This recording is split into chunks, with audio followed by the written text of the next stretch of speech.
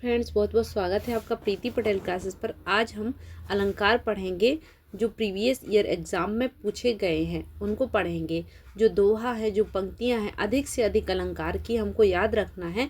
क्योंकि क्या होता है कि अगर अचानक से कोई नया दोहा, नई पंक्ति आ गई और आपसे पूछा गया कि अलंकार क्या है, तो आप इसमें कंफ्यूज हो जाते हैं क्योंकि आपने उसको पढ़ा नहीं है इससे पहले।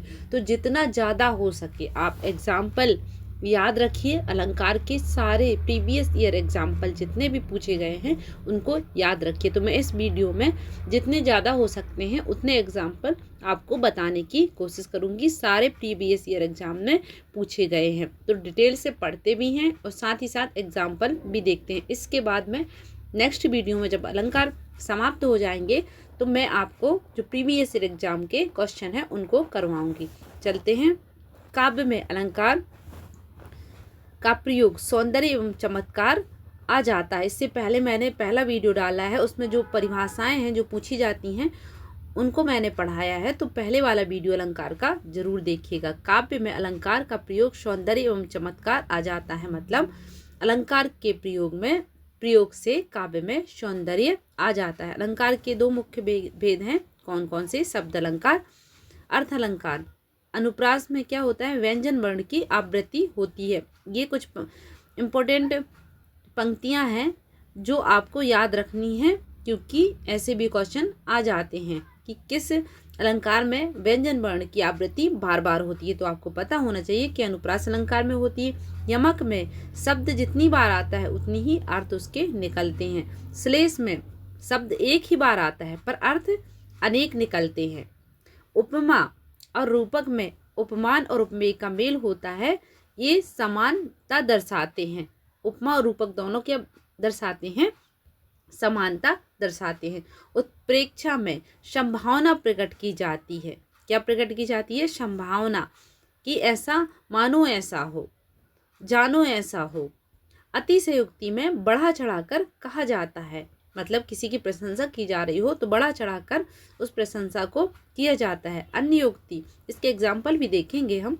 अन्योक्ति किसी और अप्रत्यक्ष संकेत होता है, मतलब बात तो किसी और के लिए की जा रही है लेकिन लक्ष्य कोई और होता है।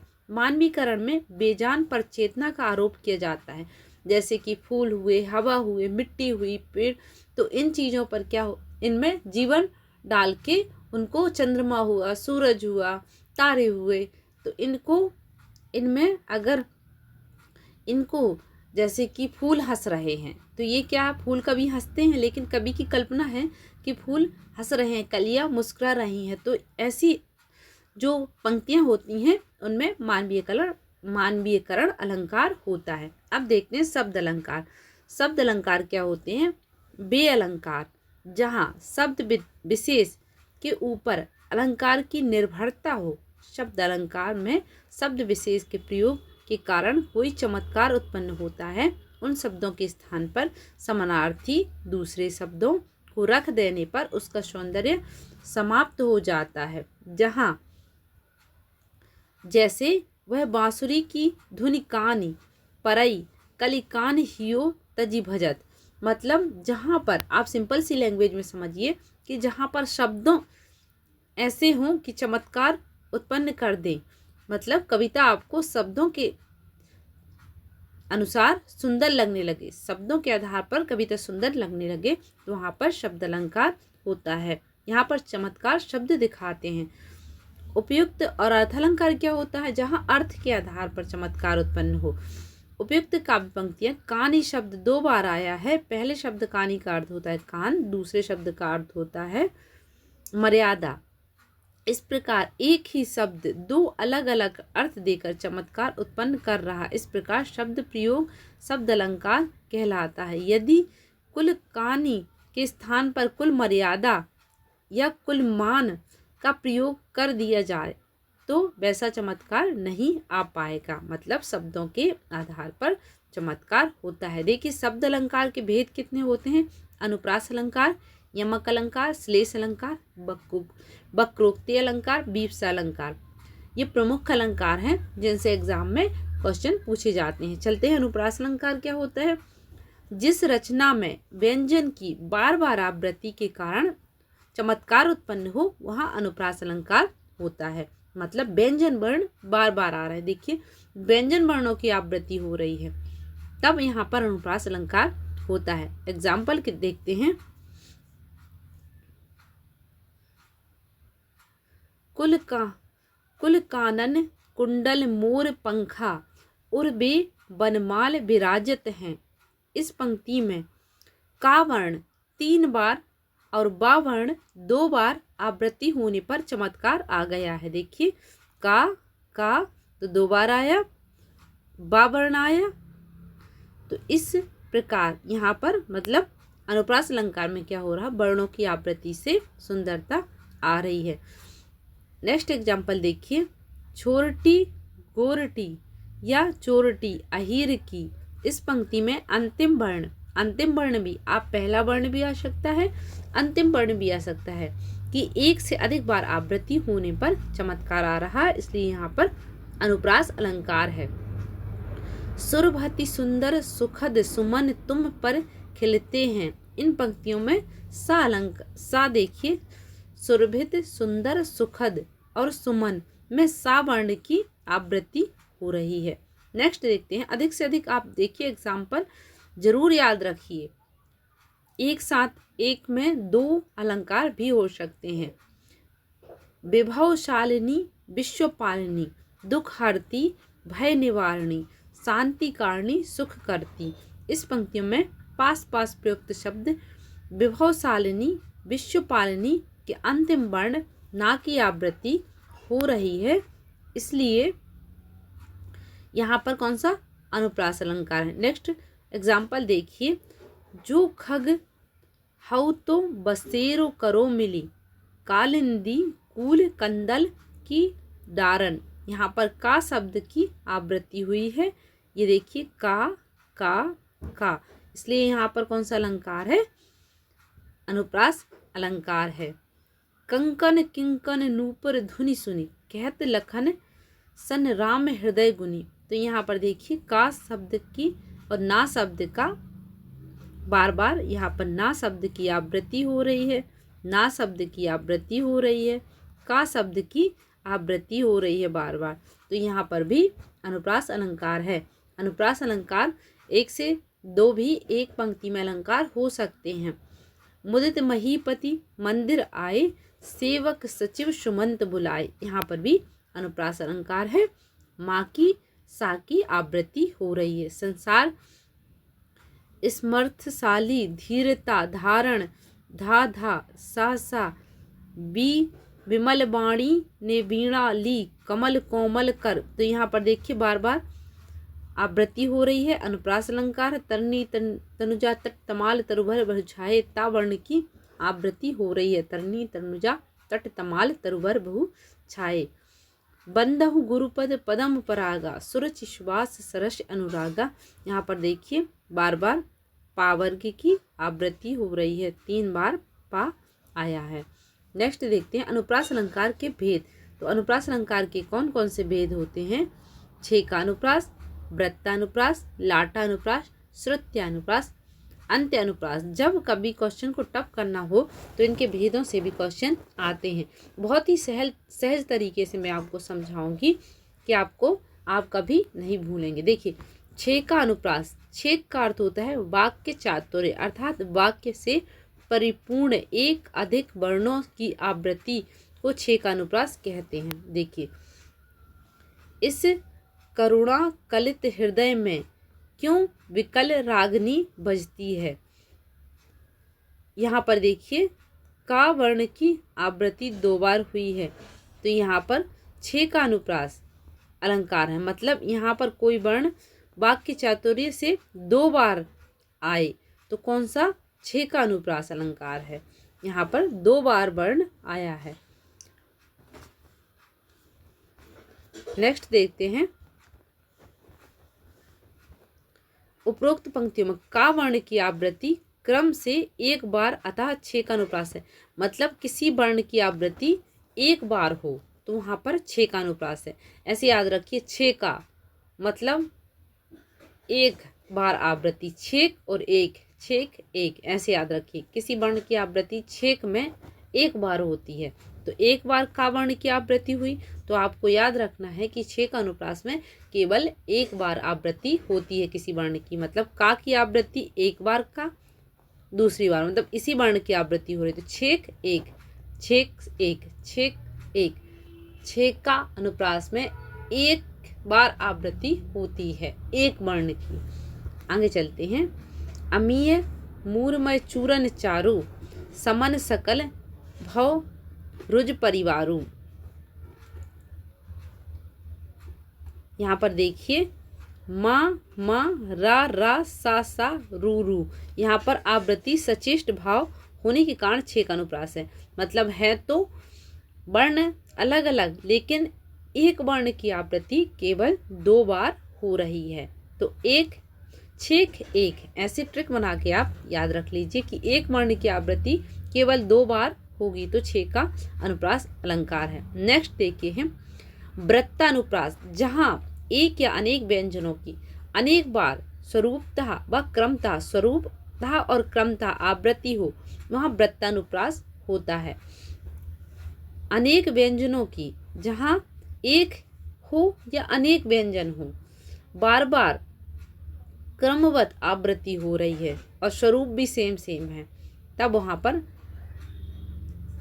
वृत्तानुप्रास होता है। देखिए सरल सा आप इसको याद रखिए। व्रत बन रहा है, मतलब सर्कल में यहाँ पर यहाँ भी का, यहाँ भी का, यहाँ भी का, यहाँ भी का, यहाँ भी का, ऐसे वृत्तानुप्रास में क्या हो रहा है, बार बार आवृत्ति हो रही है। मतलब यहाँ पर देखिए इनको अगर एक साथ अगर हम इनको इस व्रत में लिख दें तो कलावती, केलवती, कलिंदजा, कंकन, किंकन, तो कितनी बार पूरा एक व्रत बन जाएगा। मतलब बार बार वृत्तानुप्रास में बार बार आवृत्ति हो रही है, व्रत बन रहा, सर्कल बन रहा है वर्णों का। नूपुर धुनि सुनि कहत लखन सन राम हृदय गुनि।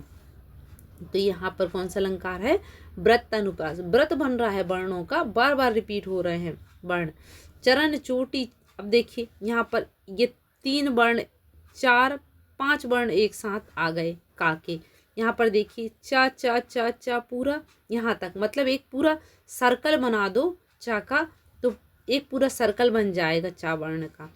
यहाँ पर देखिए श्रुत्या अनुप्रास, आपको देखिए छेका अनुप्रास मतलब दो, छेक एक, एक बार आवृत्ति हो रही है एक वर्ण की, एक बार आवृत्ति, मतलब एक वर्ण एक बार आवृत्ति होगी, मतलब दो बार लिखा जाएगा, तो छेक एक, एक बार आवृत्ति होगी।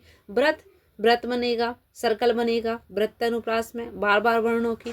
श्रुत्यानुप्रास में मुख का उच्चारण स्थान से संबंधित विशिष्ट वर्णों के साम्य को श्रुत्यानुप्रास कहते हैं। मतलब सुनने में आपको वह एक से लग रहे हैं। श्रुत्या मतलब, श्रुत मतलब क्या, सुनना। ते ही निसी में सीता पह जाई, त्रजटा कहीं सब कथा सुनाई। यहाँ पर देखिए ते ही निसी में सीता पह जाई, अब यहाँ पर हा ई ऐसे, ते ही निसी सीता पह जाई, पह जाई त्रजटा कही, कही पह सुनाई जाई, मतलब सुनने में हमको एक से वर्ण प्रतीत हो रहे हैं। ते ही निसी में सीता पह जाई, त्रजटा कही सब कथा सुनाई। तो सुनने में एक से, सुनाई देने पर एक से प्रतीत हो रहे हैं, भले ही वर्ण चेंज हो जाएं। जैसे हा, यहाँ पर हा और ई अलग अलग तो हैं, लेकिन सुनने में एक से प्रतीत हो रहे हैं। नेक्स्ट देखते हैं।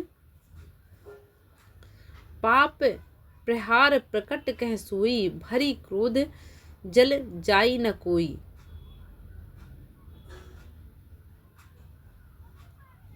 यहाँ पर देखिए जाई, कोई, कई, सोई, श्रुत्यानुप्रास मतलब सुनने में एक से वर्ण हमको पाप प्रहर, अब पा यहाँ पर प्रहर आ गया, यहाँ पर प्रकट आ गया।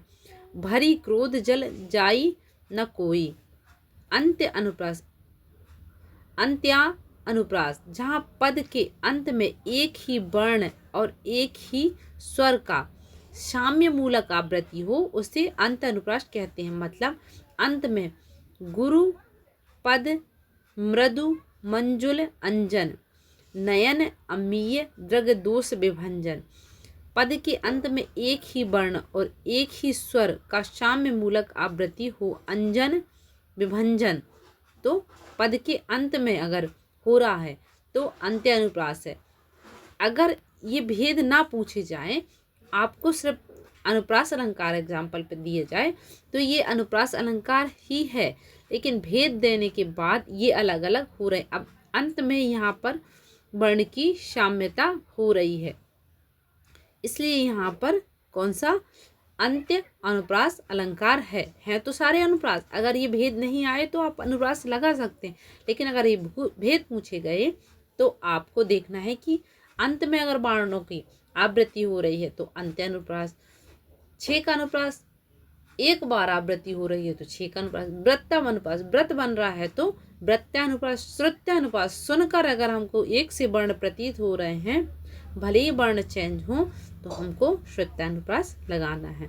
लाटानुप्रास, लाटा का अर्थ होता है समूह, तात्पर्य भेद से, तात्पर्य भेद शब्द तथा अर्थ की आवृत्ति की लाटानुप्रास होती है। लाटा मतलब जैसे लकड़ियों का एक गट्ठा होता है ना समूह में, वैसे ही यहाँ पर शब्दों की क्या हो रहे हैं, समूह बन रहा है।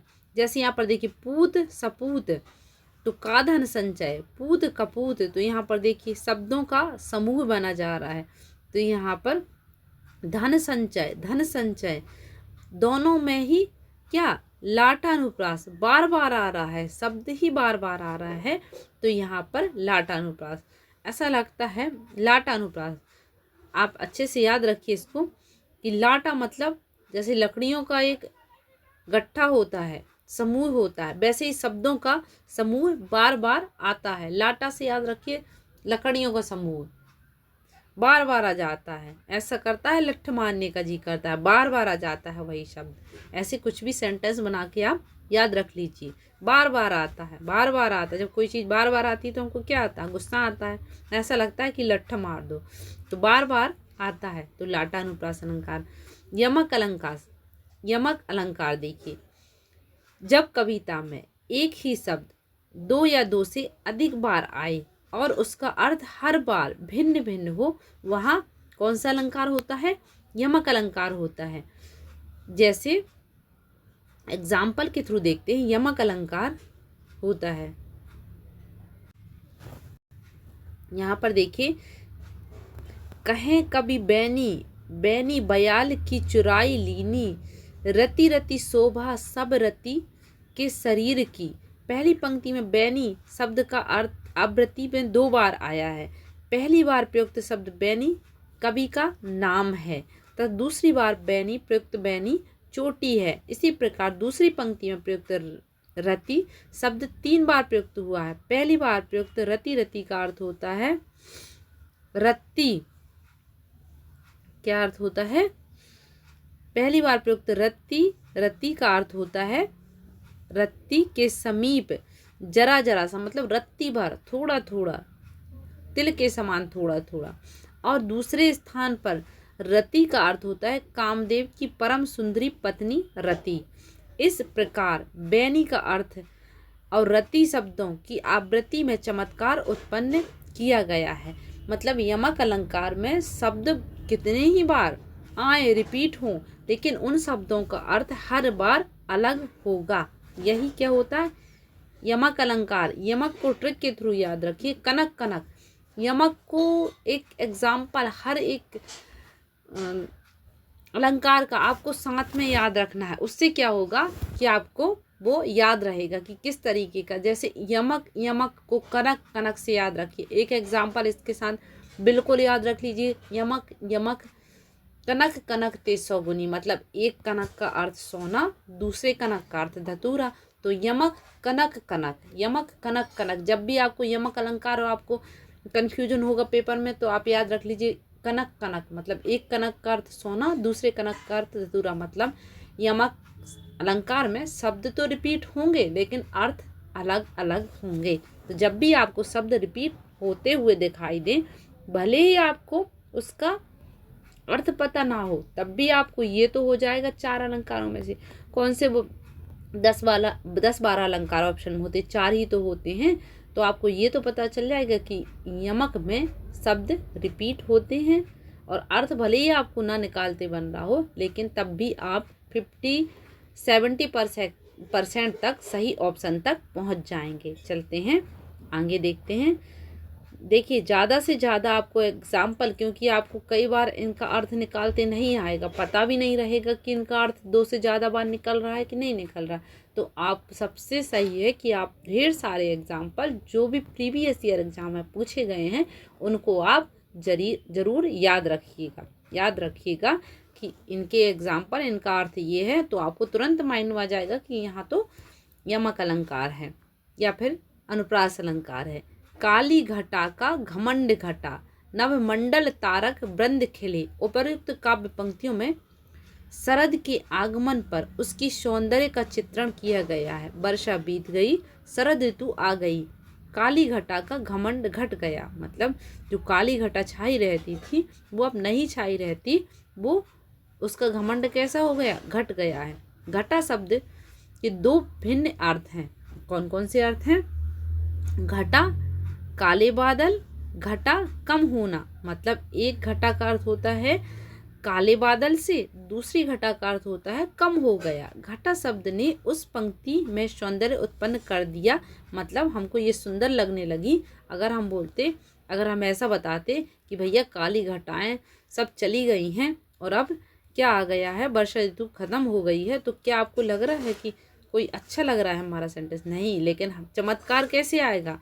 कभी चमत्कार तभी तो लेके आता है क्या? काली घटा का घमंड घटा, नव मंडल तारक वृंद खिले। अच्छी लगती है ये पंक्तियां, बोलने में अच्छी लग रही है ना। बाकी सीधी सीधी बात कह दें तो अच्छी लगेगी नहीं। तो यही तो अलंकार हैं जो काव्य की सुंदरता बढ़ा देते हैं। चलते हैं। भंजन कहियो ताते भजियो, भजियो न एकौ बार, दूरी भजन जात कहियो, सो तू भजियो गवार। प्रस्तुत दोहे में भंजन और भजियो शब्द की आवृत्ति हुई है। भंजन शब्द के 2 अर्थ हैं। भंजन भजन पूजन, और भंजन का अर्थ होता है भाग जाना। एक भजन का अर्थ हो रहा है भजन पूजन, दूसरे अर्थ हो रहा है भाग जाना। इसी प्रकार भाज्यो के भी 2 अर्थ हैं। भाज्यो भंजन किया गया मतलब मोड़ा गया, और भाज्यो भाग गया। चलते हैं। इस प्रकार भंजन भाज्यो शब्द की आवृत्ति ने इस दोहे में चमत्कार उत्पन्न कर दिया है। कवि अपने मन को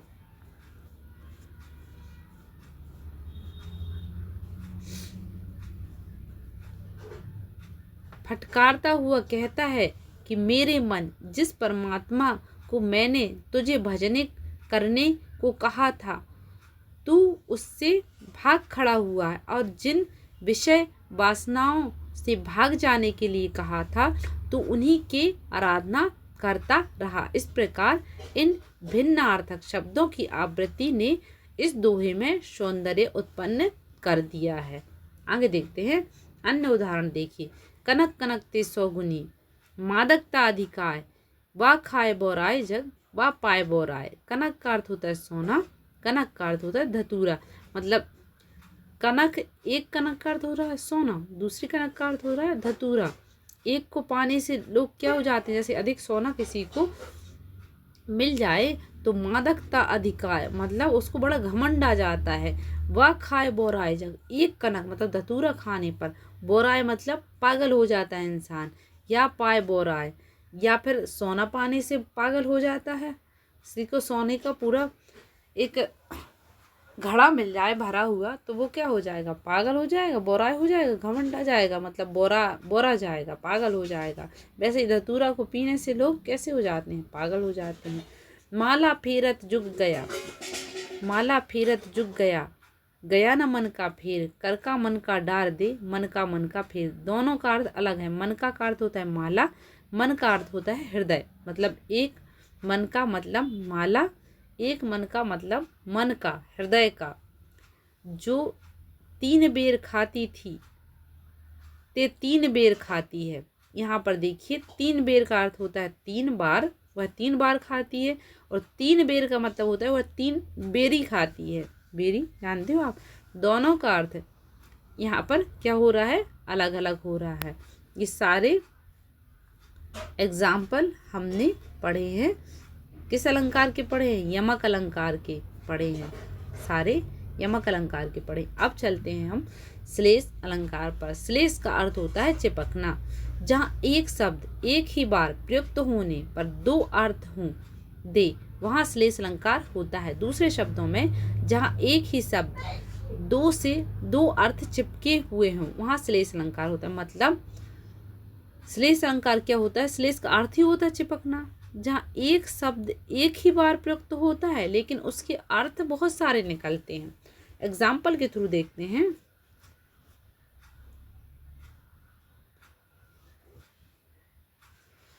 चरण धरत चिंता करत, फिर चितवत चहु ओर, सुबरन को ढूंढत फिरत, कभी व्यभिचारी चोर। तो यहाँ पर उपरोक्त दोहे में दूसरी पंक्तियों में सुबरन का प्रयोग किया गया है, जिसे कवि ने व्यभिचारी और चोर 3 ढूंढ रहे हैं। किसको, सुबरन को। और कौन ढूंढ रहा है, एक तो कवि ढूंढ रहा है सुबरन को, एक व्यभिचारी ढूंढ रहा है, एक चोर ढूंढ रहा है।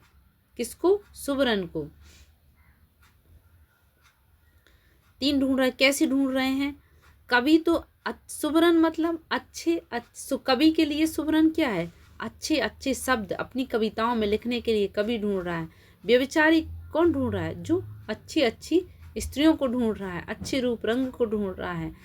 चोर क्या ढूंढ रहा है, सुबरन को ढूंढ, कवि चोर क्या ढूंढ रहा है, चुराने वाली चीजें ढूंढ रहा है। तो इस प्रकार सुबरन की यह 3 अर्थ हैं। कवि सुबरन अच्छे शब्द ढूंढ रहा है, व्यभिचारी सुबरन अच्छा रूप रंग, चोर सुबरन स्वर्ण मतलब सोने को ढूंढ रहा है। अतएव यहाँ श्लेष अलंकार, एक ही शब्द में कितने सारे अर्थ निकल गए, मतलब एक शब्द में चिपके हुए हैं। कौन, श्लेष अलंकार। श्लेष का मतलब होता है चिपकना। तो यहाँ पर श्लेष अलंकार है। नेक्स्ट पंक्ति देखते हैं, उदाहरण देखिए। मंगन को देख ही पट देत बार बार, मंगन को देख पट देत बार बार। इस पंक्तियों में पट के 2 अर्थ हैं। वस्त्र, पट मतलब होता है वस्त्र, दूसरे पट मतलब किवाड़ भी होते हैं। पहला अर्थ, इस पंक्तियों में याचक देखकर उसे बार बार वस्त्र देता है। याचक मतलब मांगने वाला। दूसरे अर्थ, व्यक्ति याचक को देखते ही दरवाजा बंद कर लेता है। मतलब यहाँ पर श्लेष अलंकार है। एक तो दे रहा है कुछ, एक के बाद पट का अर्थ हो रहा है दरवाजे को बंद कर ले रहा है। अन्य देखते हैं। मधुबन, यहाँ पर हम श्लेष अलंकार के एग्जाम्पल पढ़ रहे हैं। मधुबन की छाती को देखो, सूखी कितनी इसकी कलियां। यहाँ पर कलियां खिलने के पूर्व की फूल की दशा है, यौवन के पहले अवस्था की दशा। मधुबन की छाती को देखो, सूखी कितनी इसकी कलियां। मतलब जब पहले कलियां सूख जाती हैं, मुरझा जाती हैं, कलियां खिलकर फूल जाती हैं, और यौवन की जो पहले वाली अवस्था होती है उसके बाद क्या आता है, यौवन आता है। यहाँ पर नेक्स्ट देखते हैं। जो रहीम गति दीप की, कुल कपूत गति सोए, 12 उजियारो करे, बढ़े अंधेरो होए। यहाँ पर देखिए श्लेष अलंकार को एग्जाम्पल है। 12 का अर्थ होता है बचपन में, 12 मतलब बचपन में, और एक 12 का अर्थ क्या निकल रहा है, जलाने पर। मतलब 12 के 2 अर्थ निकल रहा है। एक तो 12 मतलब बचपन में, छोटे में, और एक 12 मतलब जलाने पर, बर जाने पर। बर न कहते हैं ना हम अपनी बुंदेलखंडी में, कि बर गए, बर गए। बढ़े मतलब बड़ा होने पर, और बढ़े मतलब बुझने पर। जैसे कि जो रहीम गति दीप की, रहीम के कह रहे हैं कि कुल कपूत गति, कुल के कपूत की गति भी वैसे ही होती है। 12 उजियारो करे, मतलब बचपन में तो हमको लगता है कि चलो हमारे घर में बच्चा आ गया है, लेकिन बढ़े अंधेरो हो। जैसे जैसे बढ़ता है और वो अपनी क्या दिखाता है, अपनी कष्टदायक पीड़ादायक अपनी चीज़ों को दिखाता है। मतलब अपना दिखाता है क्या, अपनी खराब हरकतें। तो क्या होता है, क्या होता है, बड़े अंधेरों हुए। हमारे घर में जैसे कि कुल का दीपक जलता है, कुल का दीपक जलता है तो सभी उजेला होता है, उजेला हो जाता है भैया कि कुल का दीपक आ गया है। लेकिन वही चिराग क्या होता है, कुल को जला देता है, मतलब उसके बुरे कामों से कुल कलंकित हो जाता है। तो वही रहीमदास जी समझाना चाहते हैं। विमाता बन गई आंधी भयावह, हुआ चंचल ना फिर श्याम घन वह। इस कविता में श्याम धन को दो अर्थ हैं, राम और काले। बादल विमाता, विमाता मतलब कैकई, विमाता मतलब कुमाता, बन गई कौन, कैकई कि प्रबल आंधी बन जाने पर भी, मतलब कैकई कुमाता बन जाने पर भी श्याम धन मतलब रामचंद्र जी बिखरे नहीं, चंचल नहीं हुए। नेक्स्ट देखते हैं, को घटी या ब्रस भानुजा बेहलदर के वीर। आपको एग्जाम्पल ज़्यादा से ज़्यादा इसलिए मैं पढ़ा रही हूँ कि कई बार हमको समझने में बड़ी दिक्कत होती है। ये बुंदेलखंडी में होते हैं, अवधी में होते हैं, ब्रज में होते हैं, तो इनको समझने में बड़ी दिक्कत होती है। तो आपको एग्जाम्पल जितने ज़्यादा से ज़्यादा याद रहेंगे उतने ही आपको पेपर में सहूलियत हो जाएगी अलंकार पहचानने में। को घटी ये ब्रस भानुजा बेहलधर के वीर। इस पंक्तियों में ब्रस भानुजा और हलधर में श्लेष अलंकार है। कैसे, ब्रस भानुजा का अर्थ होता है राधा, और यदि ब्रस भानुजा अगर इसका संधि किया जाए तो ब्रस मतलब बैल, भानुजा अनुजा मतलब उसकी बहन, बैल की बहन। तो ब्रस भानुजा राधा भी हो रही है, ब्रस भानुजा बैल की बहन को भी कहा जा रहा है। तो यहाँ पर दो अर्थ निकल रहे हैं यहाँ पर, इसलिए कौन सा अलंकार है, श्लेष अलंकार है। कुछ इंपॉर्टेंट पॉइंट दिए गए हैं लेकिन इनको मैं नेक्स्ट वीडियो में समझाऊंगी। पहले हम अलंकार समझ लेते हैं। वक्रोक्ति अलंकार, जहाँ बात किसी एक आशय से कही जाए और सुनने वाला उससे भिन्न दूसरा अर्थ लगा ले, वहाँ पर वक्रोक्ति अलंकार होता है। मतलब बात किसी दूसरे आशय से की जा रही है लेकिन सुनने वाला कुछ और अर्थ निकाल रहा है, हाँ, तो वहाँ पर वक्रोक्ति अलंकार होता है। मतलब हम कह कुछ रहे हैं, सुनने वाला हंसी मजाक में, हंसी मजाक समझिए वक्रोक्ति अलंकार को, कि हंसी ठिठोली में क्या करते हैं, हम क्या करते हैं, कुछ कहते अलग है, हमारे दोस्त मित्र जो रहते हैं वो चिढ़ाने के लिए उसका अर्थ कुछ और निकाल लेते हैं। जैसे कैसी सूदी बात में बर्तन टेढ़ो भाव, मतलब सीधी सीधी बात है लेकिन फिर भी हंसी मजाक में टेढ़े भाव उसके निकल रहे हैं। वहाँ पर कौन सा अलंकार होता है, वक्रोक्ति अलंकार होता है।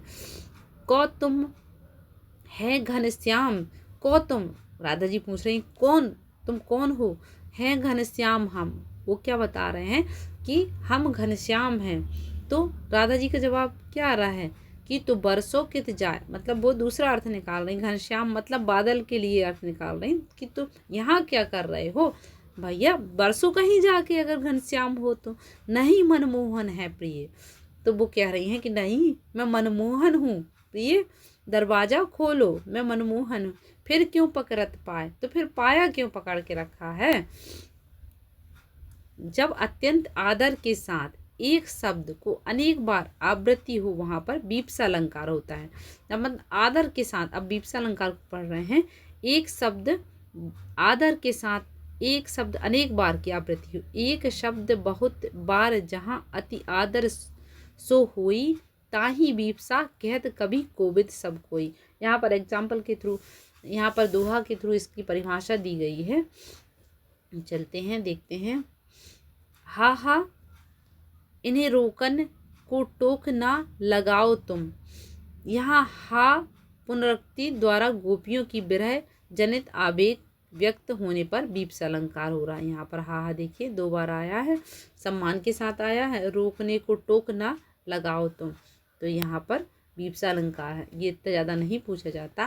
देखिए अर्थ अलंकार पर हम पहुँच गए हैं, शब्द अलंकार हमने पढ़ लिए हैं, तो अर्थ अलंकार में आपको नेक्स्ट वीडियो में समझाऊंगी। साथ ही साथ इम्पोर्टेंट जो क्वेश्चन है प्रीवियस वो भी करवाऊंगी, लेकिन इनको ज़्यादा से ज़्यादा एग्जाम्पल आपको याद रखना है, क्योंकि एग्जाम्पल आप याद रखेंगे तभी आप पेपर में कर पाएंगे। और इन्हीं एग्जाम्पल के आपको कहीं और भटकने की ज़रूरत नहीं है। जो एग्जाम्पल ये सारे प्रीवियस ईयर पूछे गए हैं और इन्हीं से आपके एग्ज़ाम में क्वेश्चन बन जाएंगे। तो आप चिंता मत कीजिए, इनको अच्छे से पढ़िए। जो मैं पढ़ा रही हूँ सारे प्रीवियस ईयर आए हुए क्वेश्चन हैं। तो चैनल को सब्सक्राइब जरूर कर लीजिएगा, नहीं तो अगला वीडियो आप तक नहीं पहुंच पाएगा। आप कहाँ ढूंढते फिरेंगे कि यूट्यूब पर हमने कहाँ पर प्रीवियस ईयर क्वेश्चन किए थे, गुम हो जाते भाई चैनल। तो आप सब्सक्राइब जरूर कर लीजिएगा ताकि नेक्स्ट वीडियो में डालूं तो आप तक पहुंच सके। Thank you for watching. Video अच्छा लगा हो तो लाइक कीजिएगा, चैनल को सब्सक्राइब कीजिएगा।